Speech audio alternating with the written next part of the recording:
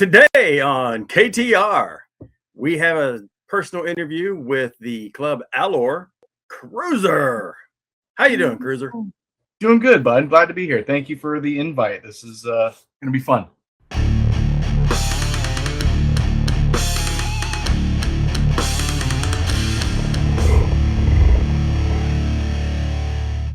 And we're back. Kruser, welcome to KTR. We're so happy to be here and have you on with us. Let's get to know you. All right, who is Kruser? A reformed jock that became a massive nerd once he was allowed to. Yes. And embraced it fully as an adult. And just someone who loves Star Wars and have been into costuming for a really long time before even learning about the club. I like just having a good time and going all out for Halloween, and then discovered the club. But yeah, I think one of the first relatively big costumes I did was during the Modern Warfare 2 midnight launch.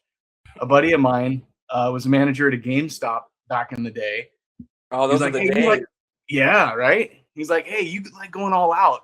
There's this really cool new character on all the teaser images. It's called Ghost. I'm like, that looks awesome. So being so close to Joint Base Lewis McChord, we've got a lot of surplus stores near the base there. So I went up there and loaded up on everything I could, using reference images as best I could, and came in and did that midnight launch for him. And it was fun. It was a kick in the pants. But yeah, that was the first time I spent a decent amount on building something to look like something else other than just something I wanted to make. That's so cool. That's a good one too. That's a classic. Yeah. That's a classic. It was fun. Awesome. So that was your step into cosplay and everything. That's awesome. Were you always a fan of Star Wars, or is that or how did it kind of get you into Star Wars or into the Mando Mercs? So Star Wars, being a child of the 80s, Star Wars was huge, obviously. Yeah. And Empire Strikes Back, hands down my favorite. That's my jam, But watching those on repeat and wearing out several different editions on VHS, living in a very small town with no cable, no satellite, no nothing. It was, rental stores that I'd ride my bike down to, a little mom and pop video store. And when I got the opportunity to buy a box set at a yard sale, I jumped on it, and then my VHS collection kind of took off, and Star Wars was like the centerpiece. It was great. When I got my driver's license, they re-released the original trilogy, if you remember, in like 97. And I was a relatively fresh driver, and I would drive an hour one way to the nearest theater and didn't miss a single opening night on those, and went a few times. But yeah, it was, Star Wars has always been the thing, man. Awesome. Yeah. So you said, you're like, I just said, yeah, agreeing with you about the 16-year-old or getting a license and going in 97. In 97, I was 5 years old, so I was driving too, I get now. Damn. Awesome, man. And then how'd you meet the Mercs? How'd you join this crazy group? It was like I said, I'd been in costuming for a while, and I did a few things. And I think I did a full body Krang from Teenage Mutant Ninja Turtles. And I was down in Portland, Oregon for, I can't remember if it was Rose City or if it was something else. It was one of the conventions down there. And walked by, and I happened to see a bunch of Mandos. Well, I had made one of those as well in my own version based on a character I played in Star Wars The Old Republic. Oh, that's awesome. Back in the day, I was a power tech, tank Mando, right?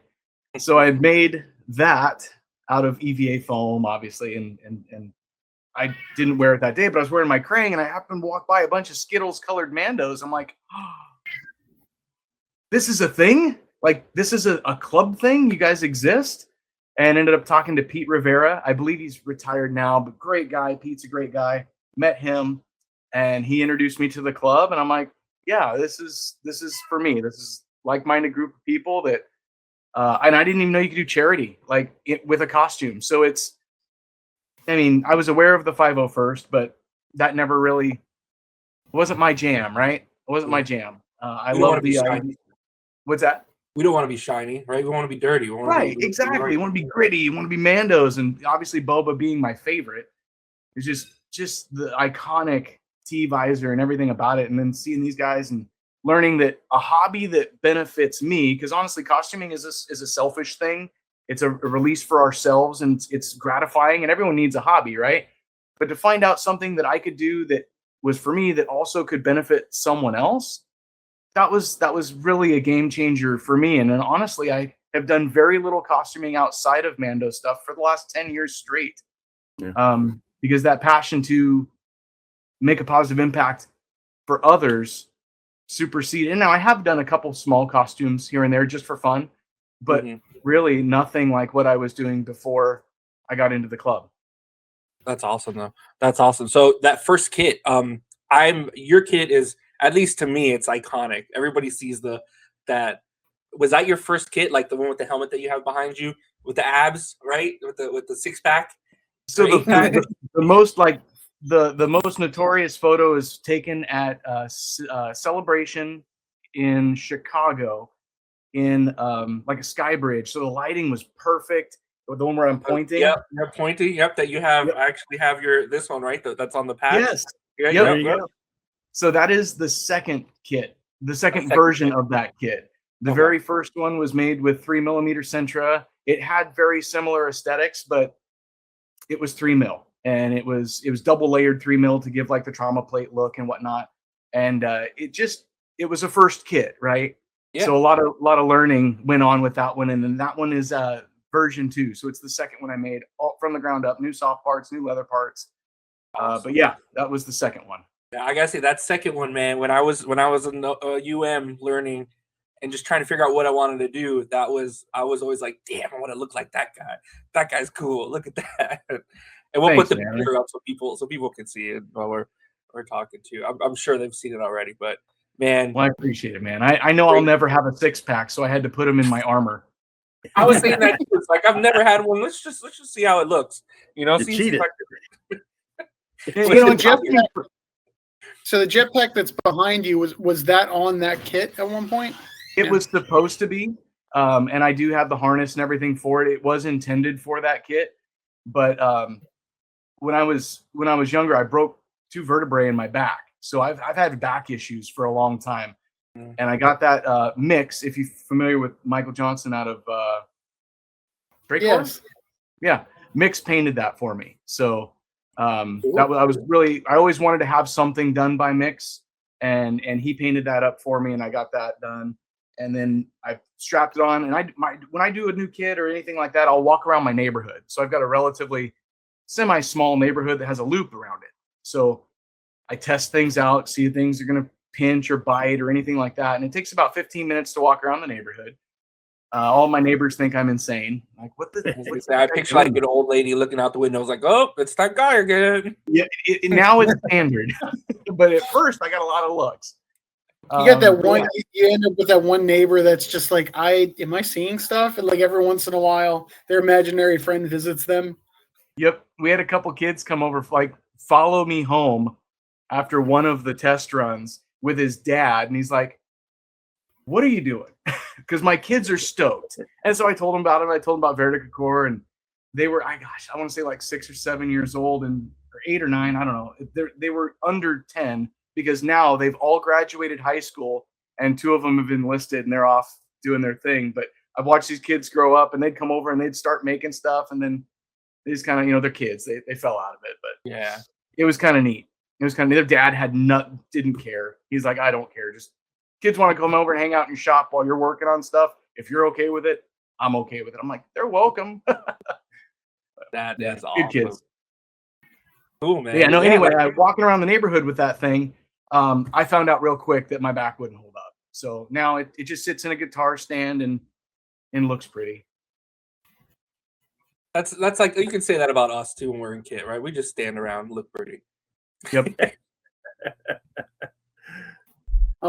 So Kruser, you have held a lot of different responsibilities in this club over the years. You've been in the club for 10 years now, I believe. Yep. One of the things I heard was that you were very instrumental in building or rebuilding the clan in Washington State that later became Garrett Clan. What was that like, having to take on something so monumental and build something kind of from the ground up? That is a story in and of itself. Like we were talking about earlier, I met the Mercs through Portland, which is Concordia Clan, because I had no idea that this thing even existed.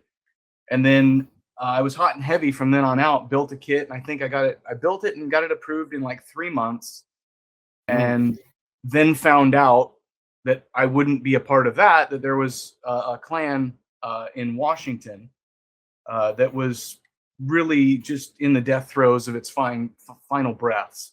There had been a massive legal issue that took place here locally that involved someone going to prison for 7 years for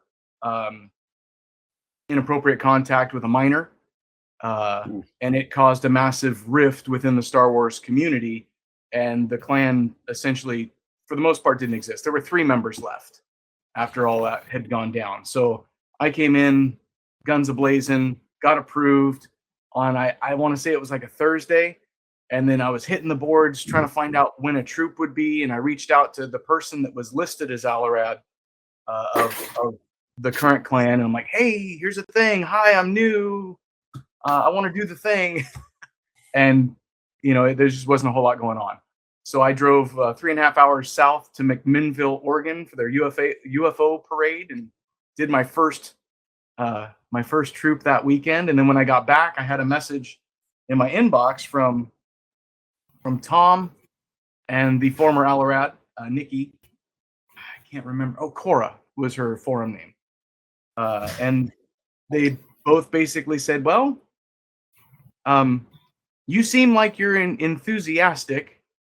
How would you like to be Alorad? I'm like, yeah. What's that? So it was like, well, here's the thing. It's an interim basis. You have 6 months. Minimum requirement at the time was 7 members to maintain clan status, or else you got knocked down to a stronghold and lost the ability to have any kind of like PR merchandise. And now things have changed a lot in the last 10 years. But at the time, the expectation was we had to have at least 7 members by the end of the year, or else, nothing was going to really grow or go forward. Well, I found out all about the history. I found out about the massive black eye that Star Wars community had up here. And needless to say, with that, there was a lot of animosity between organizations that is what it is. And I didn't care what it was in the past. I'm here to go forward, and I had nothing to do with that. The members that are still here have nothing to do with that. Let's be Star Wars and have fun together and make a positive impact, right? Yeah. So I started going to 501st meetings. They had monthly meet and greets, and shook hands and smiled and introduced myself. And it was very, very cold for a very long time. And I started hosting literally weekly armor parties and going to as many things as I could to share information. My local comic book and card shop. I met people at Joanne Fabrics when I was getting stuff, and was handing out the old business cards that I inherited from Cora. And it was just like, here's a thing. And we got 2 members out of a Joanne's Fabrics that started working on things, started working on their kits. I ran into people at Gabby's Olympic Card and Comics. Shout out to Gabby. She's awesome. Best card and comic shop in the world. And met people there and got a couple of them to come out, and literally weekly armor parties. And we ended the year. Now, Sal would have to correct me. We either had 12 or 14 official members in 6 months. Wow. That's what we grew from 3 to 12 or 14. I don't remember exactly, but I know it was over 10, and I know it was an even number. That's awesome. That's so cool. There's a lot of work, but it was man. Yeah. I gotta say, shout out also. I miss Joanne Fabrics. We've actually got a couple members ourselves from there. They're always like, who's this big rough guy buying fabric? And I get that. I would get that all the time going to Joanne Fabrics. We actually got a couple members actually down here too from Joanne's. That's so funny. We should start like a society, be like, hey, who was recruited at Joanne? That's awesome though, man. That's really cool to hear the story. It was a lot of work, and it was a lot of eating crap sandwiches on behalf of, sins of the past that we had nothing to do with. But just being the bigger person and realizing that there is history, that there's going to be bad feelings, and if we can just represent ourselves as best as possible and present ourselves as best as possible and put that best foot forward, we can overcome it. And we did. And by the end of my tenure as Alorad, which I think it was just 2 years or 3 years, I don't remember, we had an open invite to any and all stuff that wasn't character specific, if that makes sense. And it was a more healthy relationship than what it started with, for sure. Yeah, that's awesome. That's how it is here in Florida. We're so lucky. Like, we all do the same thing. We're all doing it, same thing, just wearing different costumes. And Plastic Spaceman. The things we can do when we all work together, Rebel Legion, 501st, Dark Empire, Mercs, everything. The things we can do is just phenomenal, and create these like immersive experience for the fans, which ultimately is what we're here for. It's just so great. And I hearing that in different parts of the world too, everybody coming together, it's just that's awesome. I think it's the greatest thing we can do. One of the biggest moments that kind of honestly it changed me as a person. It changed my entire outlook on this club and what this club's potential could be. Was very, very early on in that first year, we received a troop request from a family on very, very short notice for their infant child's funeral.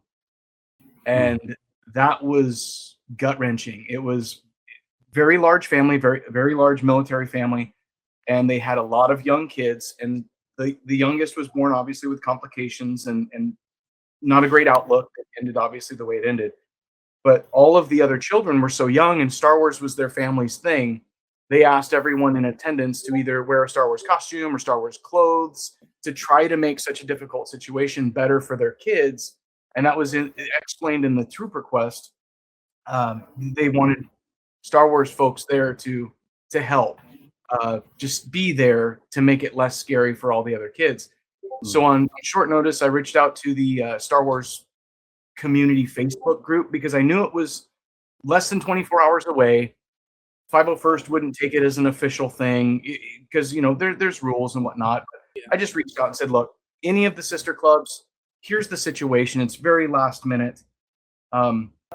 Would you be willing to meet us here at this place and do this thing? And on such a short turnaround, we had, I think it was, I want to say 16 or 17 people show up, and it was a mixture of Mandos, Jedi, Sith, and a couple of Sand Troopers. Wow, and it was crazy. And it was probably the worst situation you can ever imagine. I don't know if you guys how familiar you are with traffic in Washington State and how I-5 is terrible. It's terrible in California, but it's literally the only main thoroughfare up and down the west side of the state. And this was taking place in Tacoma, and half of the family was stuck in traffic. There's a fatality accident. All lanes were blocked. So we're in costume. The funeral's supposed to start, and we're there for 2.5 hours waiting for the rest of the family to show up. It was rough. And then during the ceremonies, they asked two of us, myself and one other, to stand guard at the head and foot of the casket. Oh my God! It changed everything. I can't tell you how that rewired my brain, and I was so thankful that I had a helmet on because I couldn't keep it together. But see that, how do I say this? That fundamentally rewired my brain and what this club can do and the positive impact that it can make on other people's lives. And that was my defining moment as to how important this club can be if people put a why behind their participation in this club. The impact is immeasurable. And I still see these people every year at conventions, and it's always tears and it's always big hugs and yeah. But that's anyway, awesome. Sorry, that's a long story, but that fundamentally what changed everything for me. Yeah, wow. That's awesome. Thank you for sharing that. I got goosebumps when you were talking. I was like, oh, damn. That's awesome. That's what we're here for, man. And it's I really, at least in my clan and what I'm pushing is, raising money and everything is great, right? That's awesome. Send money, that stuff helps. But when we have a direct impact physically and mentally ourselves, I think that's a little bit more rewarding. And I'm pushing my clan to do stuff like that, like the stuff you just mentioned. Being like that actual impact that you can see. And I really, we do some great things in this club, sister clubs, everything. And I want the world to know that. And that's what we're here for. Yeah. Conventions are a great tool for recruitment and growing your clan. But just between the three of us, I'm sure no one else will hear this. I hate conventions because it isn't. Yeah, you can raise money at a convention, but it's not that personal one-on-one that you can do with a charity troop and truly make that impact. But I would much rather see us get more involved in things like, a Star Wars Reads Day, reach out to local schools, reach out to local libraries, make an impact, Boys and Girls Clubs, things like that. Just something more charity driven rather than, hey, I get a free ticket to a con if I wear my costume for a couple hours. And I get not everybody's why is going to be the same. But once you do experience that and once you do see the impact that we can have, I don't know how you can go back to anything else. So 100%. I'll get off my soapbox. No, I'm with you there. Here, let me just say one last thing on that. What's that say right there? Be the positive change you want to see. I love that. Ever since I got this patch, man, I'm like, I love it. Well, I totally ripped it off of Gandhi. Not going to claim to be the origination of that one, but it's changed everything for me. That's awesome. So over the years, you have had other roles. You were prime minister for a good while, and then you became the Alor. The Alor oversees the cabinet. What does the role of Alor actually involve for you? And I guess what surprises you the most about that position, about leadership in general, I guess? I know that's kind of a broad question. There's a lot to unpack there. To start, we'll go down chronologically there. The Alor's position essentially serves as the manager of the cabinet, if you will, overseeing, ensuring that cabinet members are fulfilling their responsibilities to the membership. And this is just the administrative cabinet, be it PR, art, livery, those types of departments, just to make sure everyone's on task and doing what they need to be doing. But at the same time, I'm not a micromanager in any way, shape, or form. And I hope Scarif can attest to that. Yes. But it's definitely much less work when you have a good body of people who are there doing great jobs. The cabinet currently consists of a lot of folks that are literally at the top of their game, producing and performing at the next level, and it makes my job so much easier. This was kind of a reward, I want to say, for the years of being in the trenches on the chain of command side of things and implementing a lot of changes through that, restructuring the regional command structure, which is something Tom tasked me with when I was prime minister. We did a lot of work, a lot of governance work, and it was stressful. And it was like 4.5, 5 years of every day something. And when his former Alor stepped down, he reached out and said, "Hey, I need a right arm. So would you do this?" And the Alor is the only position that is appointed by Mandalore and Mandalore alone. It isn't an elected position. It isn't something that's voted on by the ICC. It is an appointed position by Mandalore alone. Serve as his confidant, his right arm to help with the cabinet and ensure that his vision is executed. And it's been good. I've been close with Tom for a long time through our various roles, and he and I. The great thing about our relationship is we are very different people with a very similar goal, and our differences complement each other greatly. That's a good way to put it. Hope that answers all of that question. There's a lot. There's a question about leadership that surprises me. I'm gonna be honest with you, and we can edit this little thing out. I went into the second question thinking that they were related, and then at the end of that sentence, I'm like, these are two different questions. So it's completely You want to re-ask? No, it's good. It's good. No, that was good. That worked. But hidden challenges. I don't know how honest you want me to be with my take on leadership. But no, I can go into that. Leadership, as far as it goes with the club, and mentoring leaders, future leaders for the club, is crucial. It's very difficult. It's very different if anyone's had a managerial position or a leadership position in the real world in their job or whatever the case may be. It is extremely different to do that in a volunteer organization, because you have no authority. You have levels of responsibility. And this responsibility is voluntarily taken on. And when you have to hold people accountable for things they've volunteered to take on, it can be a difficult conversation and it can lead to hurt feelings. Because as much as we all love the club, there are some, sometimes personal pride can trump admitting responsibilities are not being fulfilled. So it's very difficult to find that balance between, yes, we are all volunteers. We are, every one of us here. However, at the cabinet level, you have volunteered to take on a massive amount of responsibility.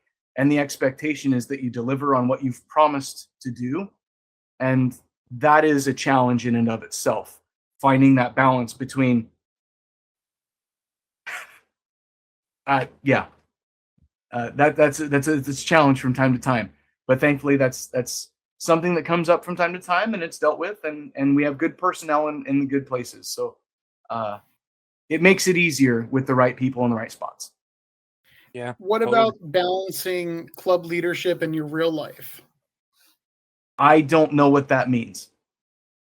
Here. So I will say it has been much easier as Alor to have some kind of a balance. I still take phone calls every day.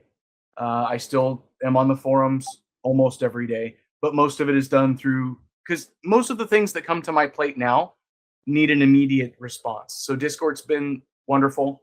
My phone it rings every day. So something is going on. Advice is needed. Issues arise that require rapid response. So on a weekly basis now, it's less than it used to be as prime minister, but it is still every single day for a significant portion of the day. And thank God I have a career where I can take a phone call kind of whenever I need to. And 2 days I work from home. So that makes it even better. Awesome. So let's run down a list of offices that you've held in the club. You've already talked about being Alorad for what, 2 years you said? About that, yeah, 2 or 3. I don't remember exactly. And the only reason why it stopped is because back then, you did not self-nominate for elections. You were nominated by others. And I was nominated to the Western Regional Commander position. I was nominated there and won that election. There was, again, issues that needed to be resolved. And after what took place in Washington, it was kind of like, oh, hey, this guy gets things done. We have a mess to clean up in the West. Let's clean this up. And that went that way for about, I want to say a year, a little less than a year. And then I was just the way the elections fell. And back then it was called the conclave minister before it was the prime minister. And I was nominated for that. And then that shifted when the old iteration of the ICC, there was no split between governance and administration. It was all one. And there were fewer positions. It was essentially the cabinet was the ICC. And then that split in governance was something that Tom and I had discussed, and it was something that was needed to happen. There needs to be, the quartermaster doesn't need to be chiming in on how clans handle judicial matters or whatever. I'm just throwing up an example, but governance and administration needed to be split. And that's kind of the model that we went with And that shifted from the conclave manager or conclave minister just being an elected position, one of 7, to being essentially the second in command of the club in the line of succession, if you will. And then he tasked me with changing the regions, because at that time, regional managers or regional commanders, would manage anywhere between 6 and 18 clans. And so the workload was just so unbalanced. So Candace, the current prime minister, my former conclave warden, she was my right arm throughout that entire transition. And we came up with a map. It ruffled a lot of feathers. A lot of old timers just didn't want things to change, but they didn't want things to change because they didn't care the reason behind it. And there's a very valid reason. We have to reduce the workload for some folks and add some to others. Why one regional commander has 6 clans and the other one has 18. Mm-hmm. How are you supposed to effectively serve that region if you have 18 different clans to manage? Yeah. It didn't make sense. So we did a lot of changing, and it was about, we were shooting for 10 clans and a couple of strongholds. And it was an uphill battle, but when presented with the reasoning behind it, the logic behind it, people got behind it in the conclave really quick because it made sense. Yeah. There were a couple detractors, but they needed to understand that this is about you guys and making it easier for everyone, right? Share the load rather than, yeah. Anyway.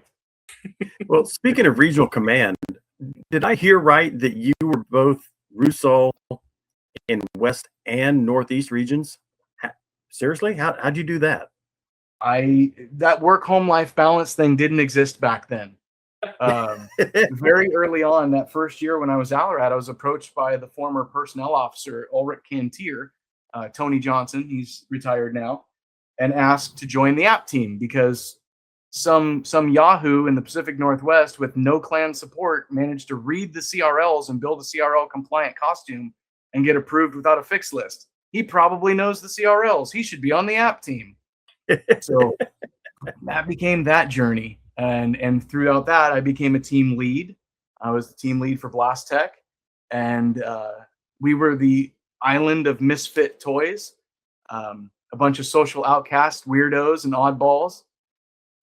That we were back then, we were a highly performing team. Our average turnaround was 24 to 48 hours on fixed lists. As soon as it was nuts. Yeah. But because we had 8-9 people who were so dedicated and loved it, and it was fun. We had fun with it. Anyone who knows me knows I have a pretty dark sense of humor, but thankfully that entire team did too. It was fun. It was a good time. That was honestly, I can probably say that was my favorite time serving was during that, because it was more fun than anything else. Helping people become members of the club, giving them approvals, and then helping them get over that hurdle to become a member. That was really fun. Now, then, Josh, you met your wife on the app team, didn't you? I did. She was one of my misfit toys that got cast onto Blast Tech Island. That's how we met. Yes. Yep. I was still married at the time, and there was nothing there. I was oblivious, right? Oblivious, had no idea. And then I had been divorced for about 2 years when finally someone reached out and goes, "Hey, she's hitting on you, right?" I'm like, "No, you're crazy. No, it's not that." And they're like, "No, maybe." So yeah, it became a thing. Met Shortcut, and then she came up here to visit Washington, what was supposed to be a weeks-long trip to visit the state, and then she never left. And MercsCon 2. And MercsCon 2, Electric Boogaloo, went down there in the bayou and proposed at MercsCon 2. It was awesome. It was pretty cool. It just that was a huge surprise for all the people in attendance. I had a whole speech ready, and I flubbed it completely. Barely got the words out, and she said yes. And then a couple years later, we got married at Celebration in Anaheim. Tom married us on stage down there. Awesome. It was really cool for me because I was a UM at MercsCon 2. I became friends with Josh the first night. Had no idea who he was. We just, grabbed a couple drinks and we're having a great time and played Cards Against Humanity. It was just a crazy night. And this guy's sitting next to me, just having a good time. And then seeing him get engaged, like it was like the next day or 2 days later at the event, that was really special. And then at the time, I was talked into going to MercsCon because my good friend Nikki was like, "Hey, you should come with me. I have a room and there's 2 beds. You could grab the other." I'm like, "Sure." So I go with Nikki, and then after that trip, I'd never been on a plane before. After that trip, she was like, "Oh, I got an extra ticket to Star Wars Celebration. Do you want to go to Celebration?" I'm like, "Sure." I guess we're adventure buddies now. So I go to Star Wars Celebration. I didn't even know that Josh was doing a wedding ceremony there. So I got to be in armor and be there for that. That was like really special. I'm like, this is really cool that lined up. And then, of course, you guys know, Nikki ends up being my wife, and just kind of, we ended up having the same celebration. That's one of the things I love about this club, is that the club can literally change your life. I mean, Kruser met his wife in this club. I met my wife in this club. That's just really cool. That's just really special. I'm so glad, Josh, I got to be there for that. That was actually one of my favorite memories in the club, was being at a Mandalorian wedding.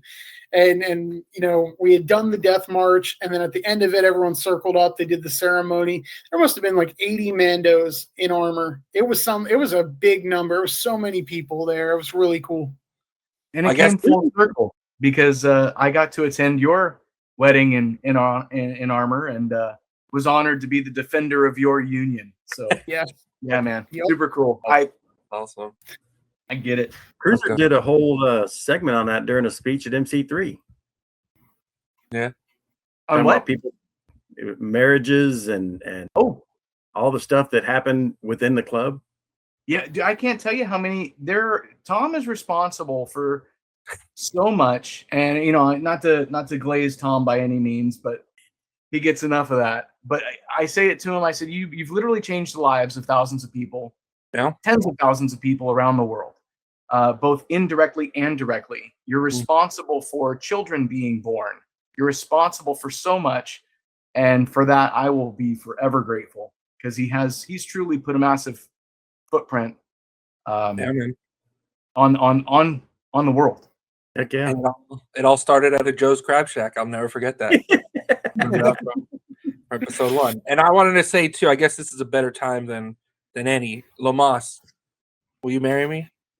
Well, I have to ask my wife, but she'll probably. Me too. I gotta ask mine too. I'm really glad that I, just like at Kruser's proposal, I got to be here for that proposal, and that was very special for me.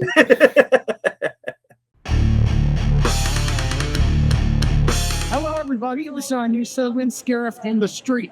I'm joined today by my good friend. I'm Bud. You may know me on forums of Spectrum Long. I'm the Northeast Regional Vice Commander, coming down here from Rapid Band today. How long the drive is for you? Do we have to talk about that? Yeah. Solid 3 hours. Solid 3 hours. I love this guy.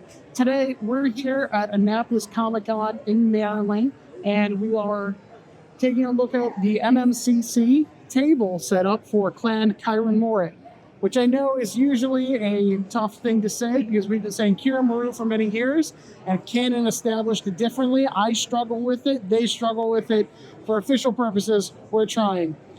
Right here we have one of our members of the clan, Bill, who is Caliban and the Flan. And I did a lot. He has brought out a couple of really, really cool things to make this table kind of come alive. Bill, can you tell us a little bit about what we're looking at?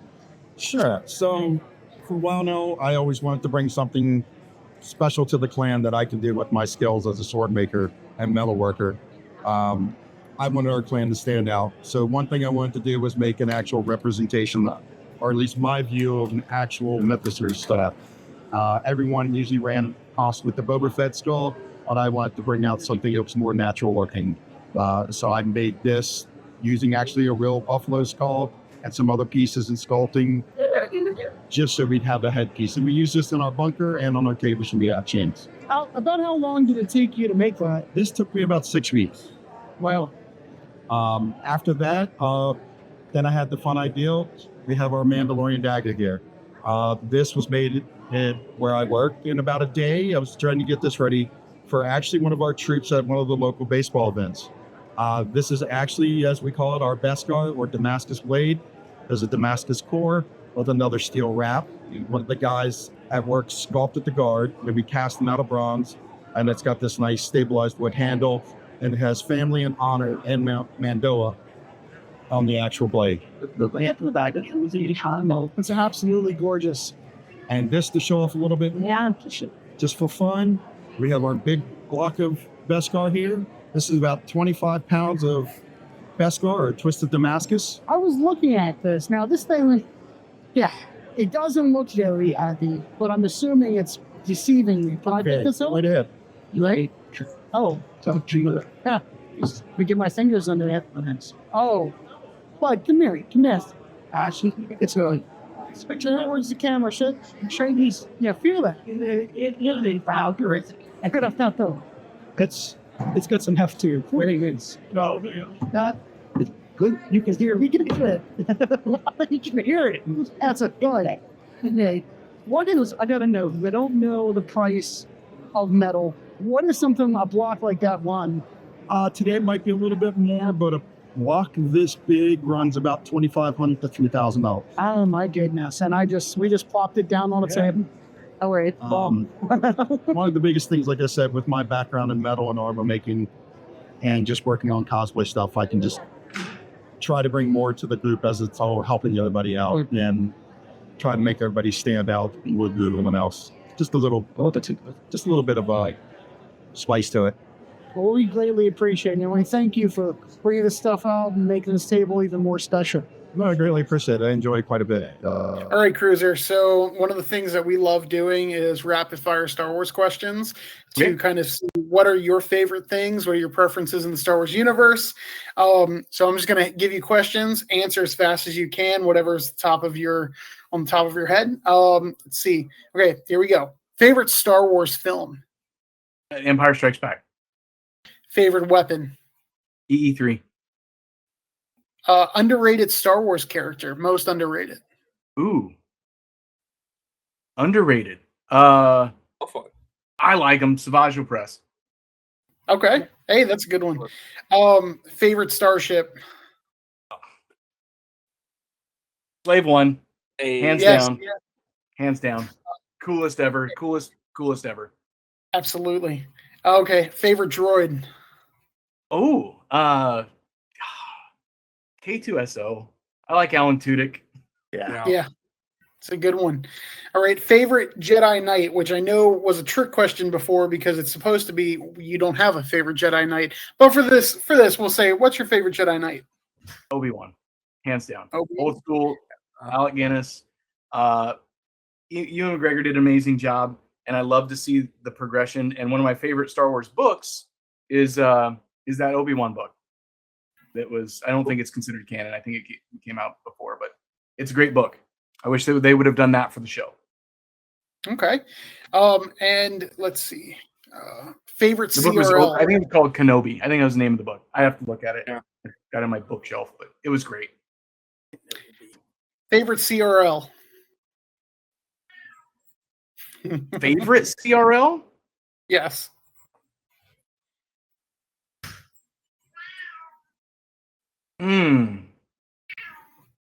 That's a loaded question. That is It such is. a loaded question.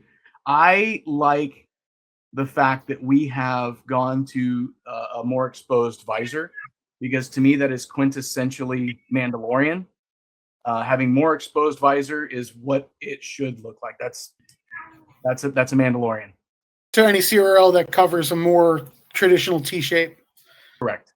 Gotcha. All right. And lastly, favorite member of the KTR staff. Oh, I plead the fifth, sir. Good. I didn't write that one. Johnny put that one in there. I was about to put my blaster on Only one the of you table. invited me to a wedding, so by default, Scarif wins. Aw. Yes. Alrighty. Cool, So, man. yeah, and you know, I mentioned it before we started recording. You guys look amazing in the racing shirts. I still don't own one. My wife has a closet full of them because she got her OM status 9 years ago. She'll hit 10 years next year, whereas wow.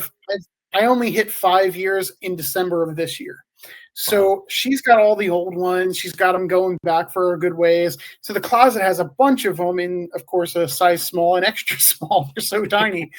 But I'm looking at you guys. I'm just jealous. Like I'm trying to rep. I've got my what is this? This is the Interregional Armor Party. For those of you that will be watching this episode, the 4th Interregional Armor Party is actually coming up here soon in July. More information can be found on the forum, but we're very excited. Last year we had over 10 clans in attendance, and it was about 110 people. This year I know Mandalore will be joining us, and I believe a few members of the cabinet will be joining us this year. It's out in Ohio. We had 3 regions represented last year. This year, according to the sign-up sheet, we're looking at somewhere around 160 mercs between maybe 11 to 12 clans and 4 regions represented. It's going to be pretty big. So I just wanted to give that quick plug. I'm very excited for that. And now we'll go into our last section there. Okay, Kruser. A lot of pork butts you're going to have to cook. Yeah. Oh, the food. Oh, the best. All right, Kruser. What message would you leave for every Merc listening, from veterans to first-time applicants?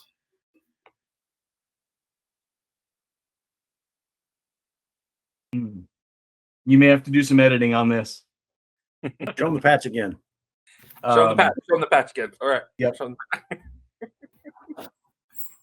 Take your time. You don't have to. That's a really loaded question too. It's a very loaded question. It's a loaded question. Don't join. That's what she's gonna say. No, I'm kidding. Ask yourself why you wanted to become a Merc, first and foremost. Find out what your why is. And if your why doesn't revolve around being a positive impact in your community and helping other people, then I've said this a million times. You don't have to be a member of a club to have a cool costume. If that's your only goal, make a cool costume, go to conventions, have fun. But being a member of this is being a part of something bigger than yourself and benefiting others more than yourself. Yes, this hobby does benefit us. It gives us a creative outlet. What's the word I'm looking for? Outlet. Thank you. Outlet. But ultimately, we exist to make an impact in others. So I would recommend to do some question yourself. Why do I want to be a part of this? And if it's just for you and you alone, you don't need to be a part of a club for that. If you want to serve a greater good and be a part of something big and make a positive impact in your community, we're here for you. And it's an amazing infrastructure that's been built up over the course of almost 20 years. We're coming up on our 20-year anniversary, and Tom has built something that, and all of us that have had a hand in it, have really built a network that can change people's lives. So if that sounds like something you want to be a part of, you're in it for the right reasons.